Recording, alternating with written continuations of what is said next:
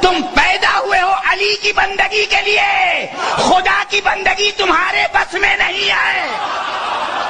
انسانوں، مسلمانوں، تم پیدا ہوئے ہو علی کی بندگی کے لیے، خدا کی بندگی تمہارے بس میں نہیں ہے۔ کہ اللہ رب العزت نے واضح طور پہ قرآن میں ارشاد فرمایا ہے، دینے کو تو لاکھوں دلائل ہے ہمارے پاس ہے۔ ایک نظریہ ہے نا کہ کہتے ہیں کہ معاذ اللہ ہم اللہ کی بندگی نہیں کر سکتے، ہم علی کی بندگی کے لیے پیدا کیے گئے ہیں۔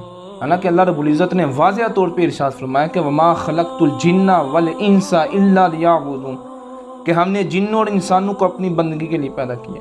اب یہ کہنا کہ ہم علی کی بندگی کے لیے پیدا کیے گئے ہیں، خدا کی بندگی ہمارے بس کی بات نہیں، تو یہ نظریہ قرآن کے بھی خلاف ہے، رسول اللہ کے فرمان کے بھی خلاف ہے۔ نہ ایسی تربیت اصحاب رسول نے ہماری کی، خود مولا کائنات نے بھی ہماری ایسی تربیت نہیں کی کہ وہ کہیں کہ مجھے خدا سے بھی افضل ٹھہرا دیا جائے۔ اور یہ روافظ کے اندر ایک مکمل طور پہ ان کا ایک نظریہ اس بات پہ کہ وہ معاذ اللہ حضرت مولا کائنات علی المرتضیٰ شیر خدا کو خدا سے بھی افضل کہہ دیتے ہیں۔